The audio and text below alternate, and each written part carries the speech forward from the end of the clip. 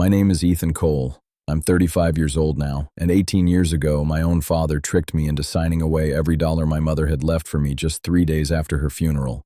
I still remember the exact date because it split my life into two pieces forever. October 14th, 2008.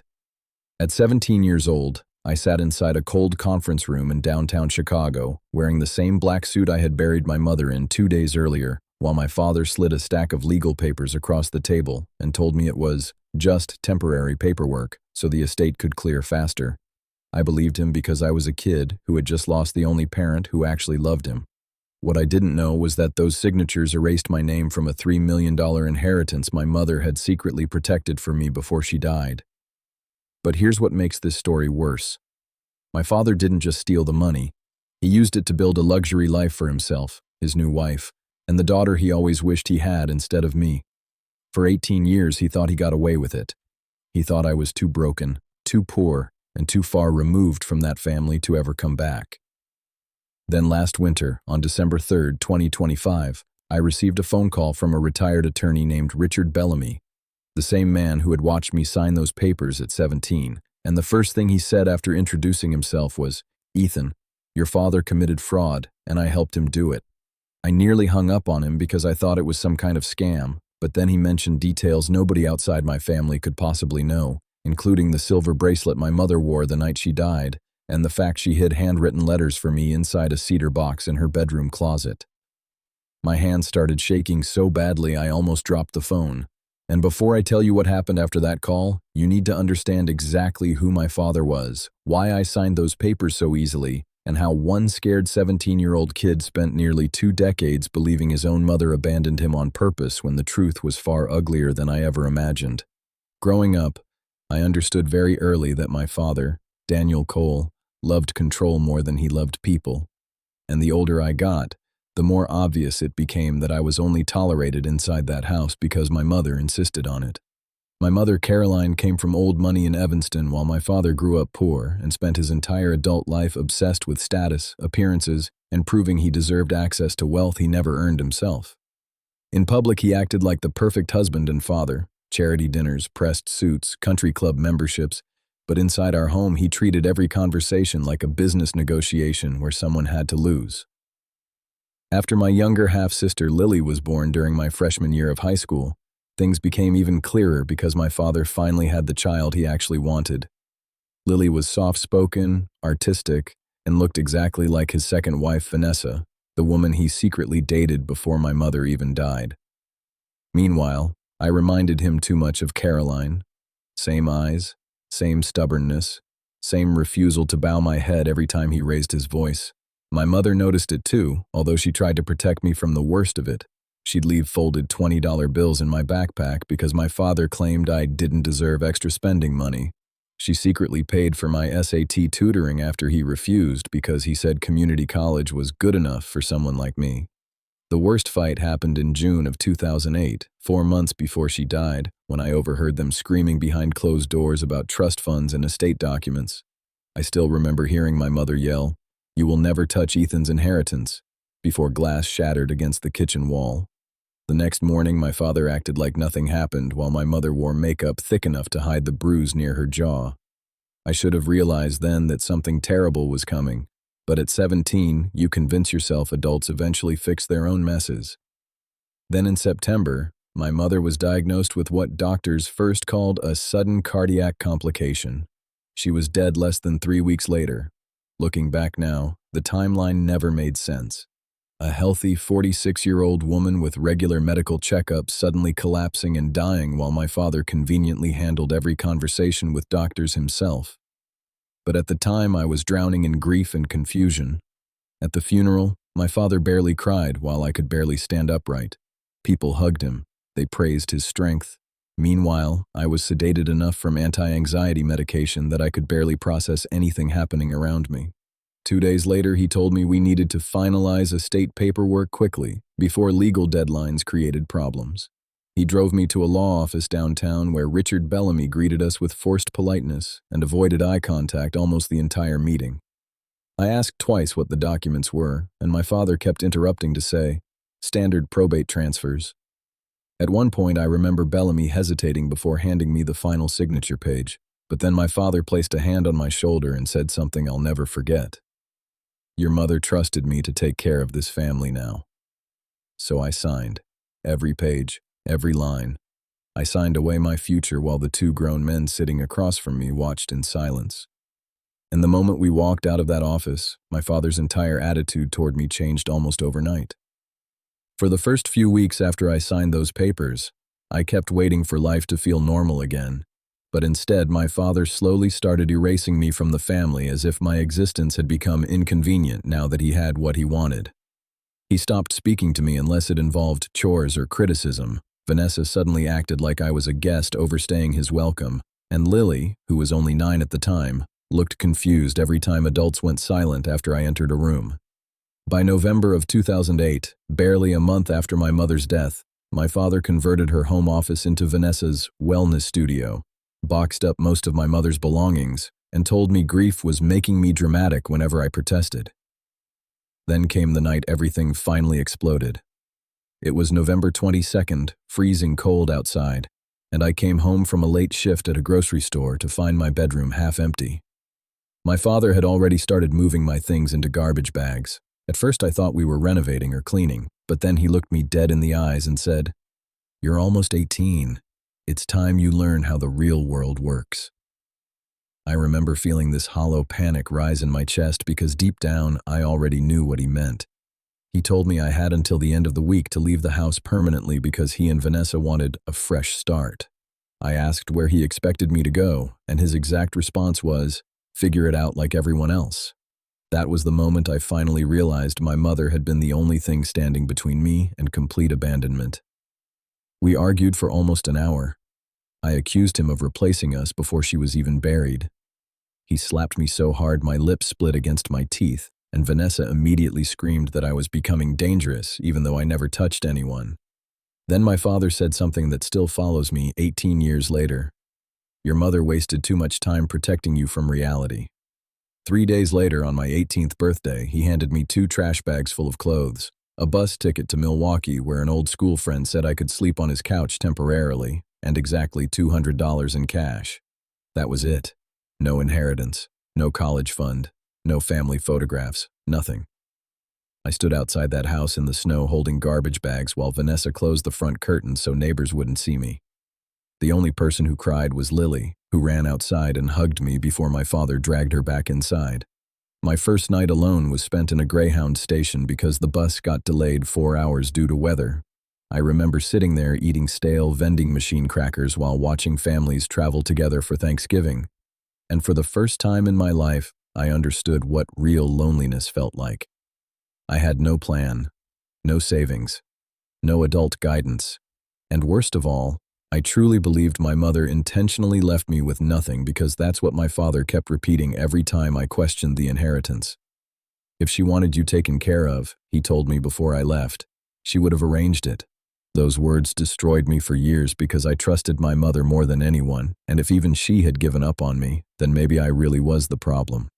But here's what my father didn't know while he was busy celebrating his new life inside that house.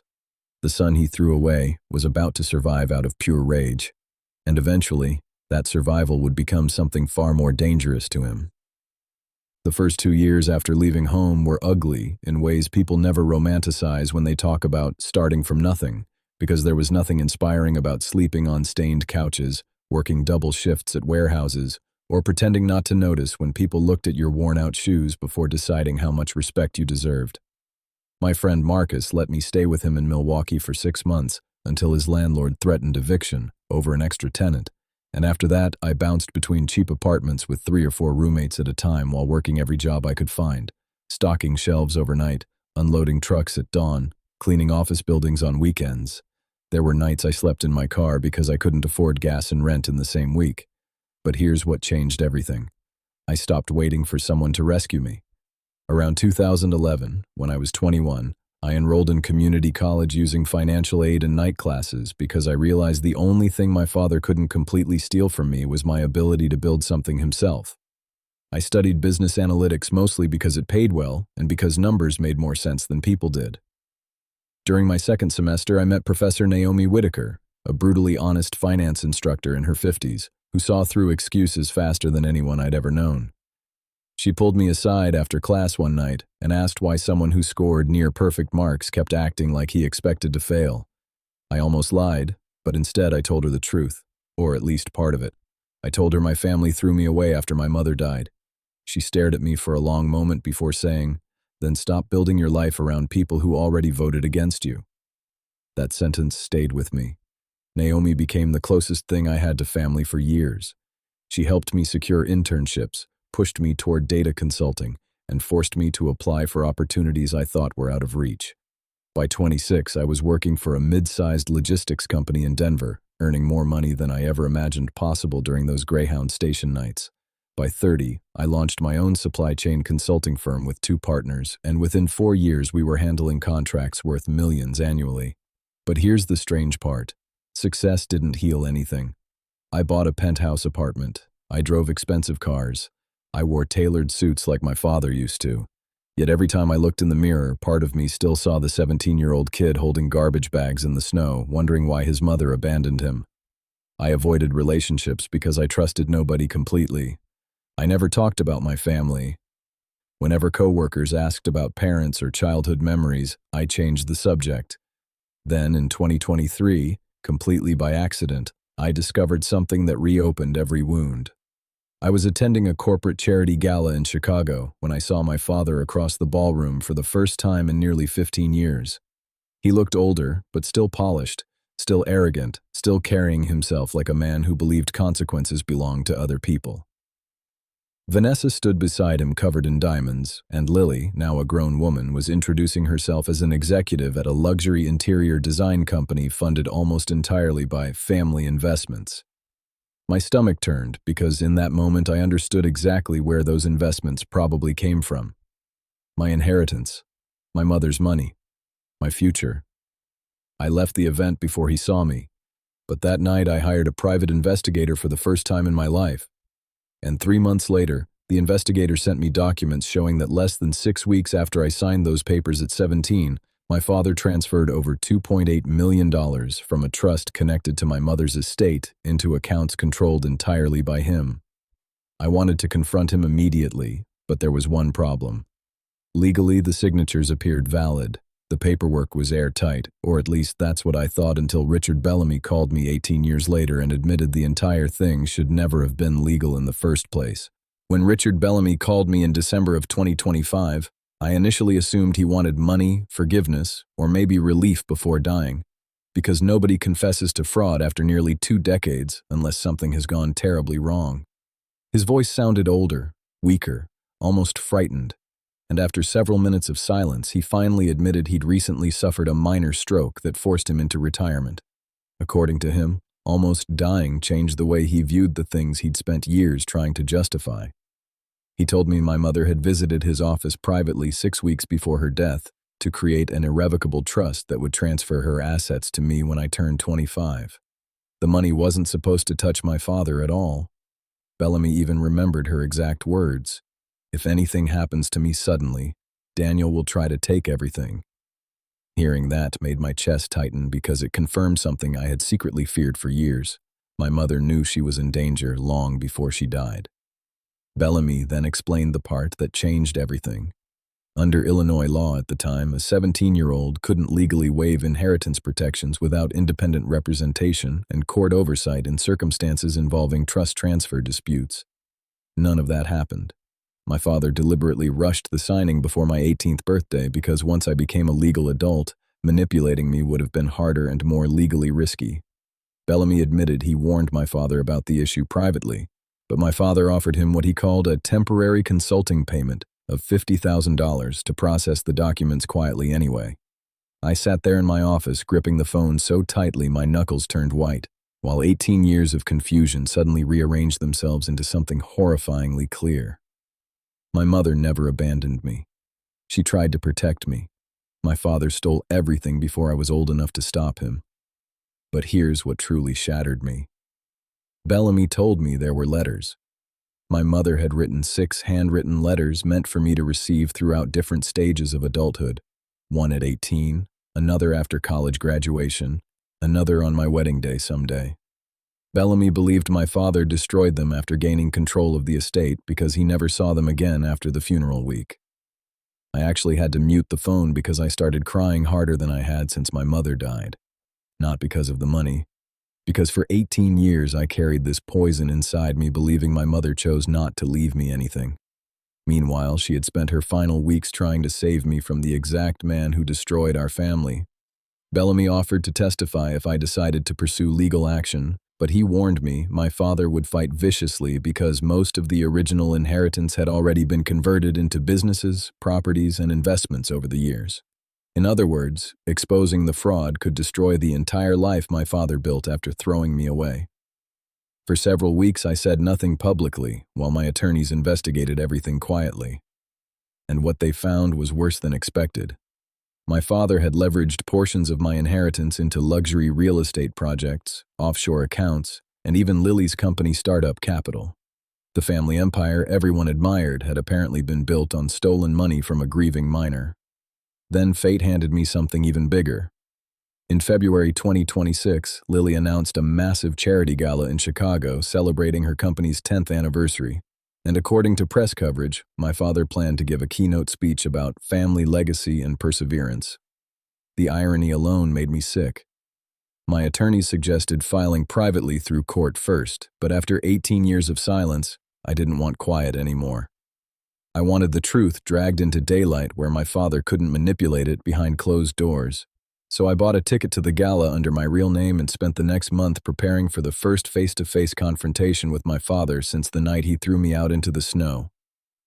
The night of the gala, March 14th, 2026, I stood outside the Grand Monarch Hotel in downtown Chicago, staring at the entrance while camera flashes lit up the sidewalk and luxury cars rolled past like scenes from a world I used to think I'd never belong to again. I wore a dark charcoal suit tailored so sharply it almost felt like armor, and tucked inside my inside jacket pocket was a thin folder containing copies of the estate records, trust documents, financial transfers, and Richard Bellamy's sworn affidavit. For the first time in years, I wasn't nervous about seeing my father. I was angry that I'd wasted so much of my life believing his version of the story. When I entered the ballroom, nobody recognized me at first because the awkward 17-year-old kid my family discarded no longer existed. The room was packed with investors, reporters, politicians, and wealthy donors sipping champagne beneath giant crystal chandeliers while Lily posed for photographs near the stage. She looked happy, confident, completely unaware that the foundation beneath her entire life was about to crack open in public. Then, my father saw me. I will never forget that expression for the rest of my life, because it wasn't confusion at first. It was fear. Pure, immediate fear. His face drained of color so quickly that Vanessa actually turned toward him asking if he was okay before noticing me herself. For a few seconds, nobody moved. Then my father walked toward me with the fake smile he used whenever cameras were nearby and quietly said, "You need to leave." Not hello. Not how have you been. Just leave. I almost laughed. 18 years later, and that was still his instinct. Control the situation. Remove the inconvenience. I told him calmly that I'd stay exactly where I was, especially since this event was apparently about family legacy. The second I said those words, his jaw tightened. Lily walked over moments later looking confused, and when she recognized me, her eyes widened so much I realized she genuinely hadn't seen me since childhood. Before anyone could say much else, the host announced my father to the stage for his keynote speech. He hesitated before walking away, and for the first time in my life, I saw something crack inside him. He knew. Somehow, he already knew the truth was close to surfacing. During the speech, he kept glancing toward me while talking about integrity, sacrifice, and building generational success through hard work. Every sentence sounded more disgusting than the last. Then came the moment I'd planned for weeks. During the audience Q&A session, I stood up, introduced myself into the microphone as Daniel Cole's son, and the entire ballroom went silent. You could literally hear glasses stop clinking. My father froze on stage. Vanessa looked like she might faint, and Lily looked completely lost. I asked my father a simple question in front of hundreds of people. Would you like to explain how you transferred nearly $3 million from Mom's protected trust after forcing a 17-year-old minor to sign illegal inheritance documents? The silence afterward felt endless. Reporters immediately started whispering. Phones came out everywhere. My father tried recovering by calling me emotionally unstable, but then I held up Bellamy's signed affidavit and said the attorney who processed the documents was prepared to testify under oath that the transfer violated state law. That was the moment panic truly hit his face. Not anger, panic. Because for 18 years he'd controlled the narrative privately, but now the story was escaping him in public where money and intimidation couldn't contain it fast enough. Then something happened I never expected. Lily walked onto the stage, took the affidavit from my hands, and started reading parts of it herself while staring directly at our father like she didn't recognize the man standing beside her anymore. The ballroom had completely transformed by the time Lily finished reading the affidavit, because what started as an elegant charity gala now felt more like a courtroom where everyone was waiting to see who would finally tell the truth first. Reporters crowded closer to the stage. Investors whispered furiously among themselves. I could see people already searching my father's name online while security stood frozen, unsure whether to intervene or disappear. Lily looked physically sick as she turned page after page, reading transaction records showing how trust money connected to my mother's estate-funded property purchases, business investments, and eventually the launch of her own company. She kept shaking her head quietly like her brain refused to accept what her eyes were seeing. Then she asked my father the question that destroyed whatever control he still had left. "Did you steal this from Ethan?" My father tried to pivot immediately. He claimed everything had been misunderstood legal restructuring, but his voice sounded weaker now, stripped of the confidence he built his entire identity around. That's when Richard Bellamy himself entered the ballroom. I hadn't even known he planned to come.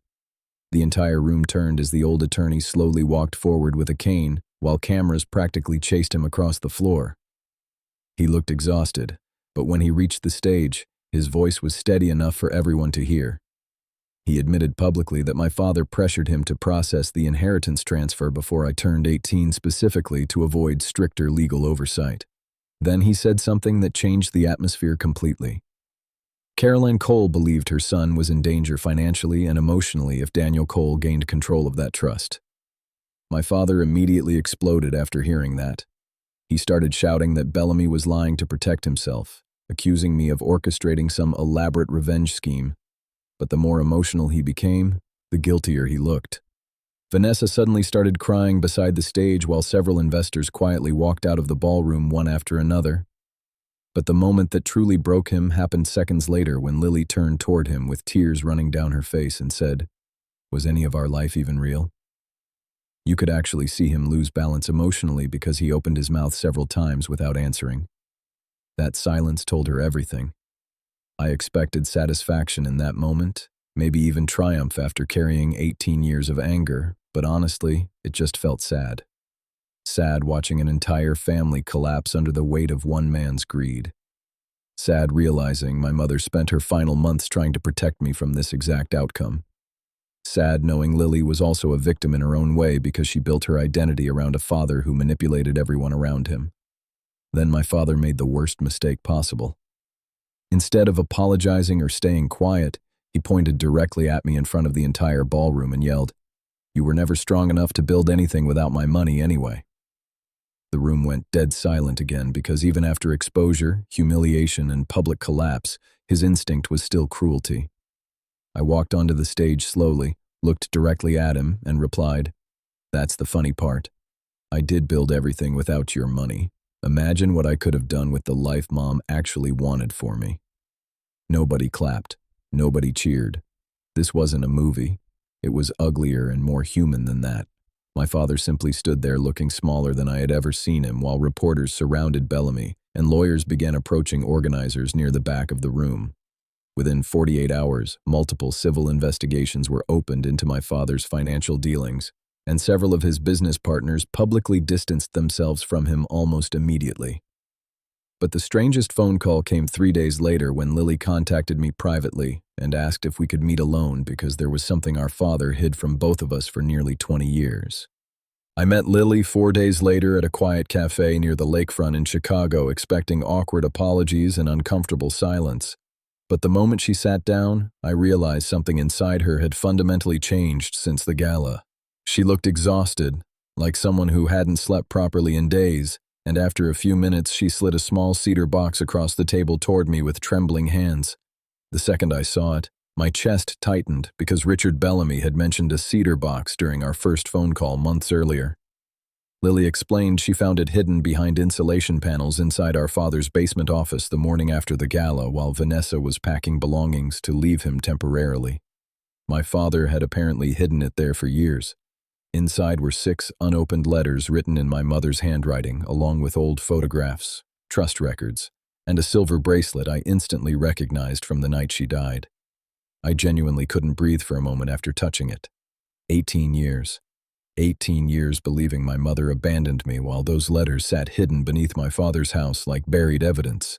Lily started crying before I even opened the first envelope because she admitted our father had manipulated her entire childhood too.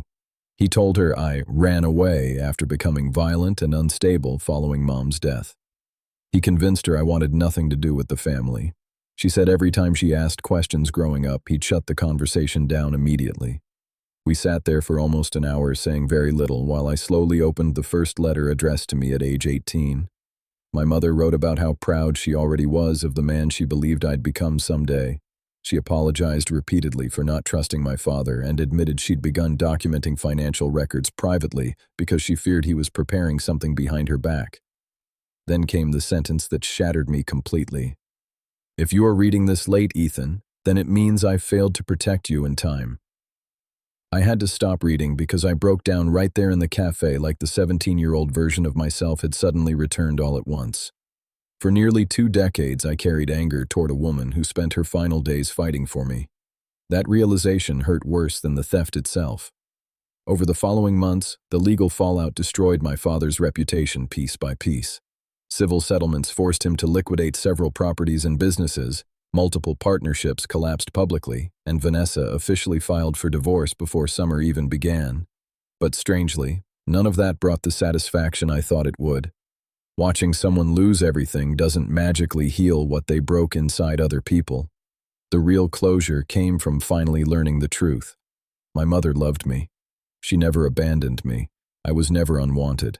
And once that lie finally died, the rest of my life started changing too. Lily and I slowly rebuilt a relationship neither of us expected to have, though trust took time. Some wounds don't disappear just because the truth comes out. As for my father, the last conversation we ever had happened outside a courthouse in August 2026 after another settlement hearing. He looked older than his 63 years, tired in a way expensive suits could no longer hide, and before getting into his car, he quietly asked, "Can you ever forgive me?" I looked at him for a long time before answering honestly. I told him forgiveness and access were not the same thing. Maybe one day I'd stop hating what he did, but he would never again have a place inside my life. Then I walked away without looking back because some endings aren't about revenge. They're about finally refusing to carry someone else's cruelty any longer. And if there's one thing I learned from all of this, it's that the truth can disappear for years, sometimes decades, but eventually it demands to be seen.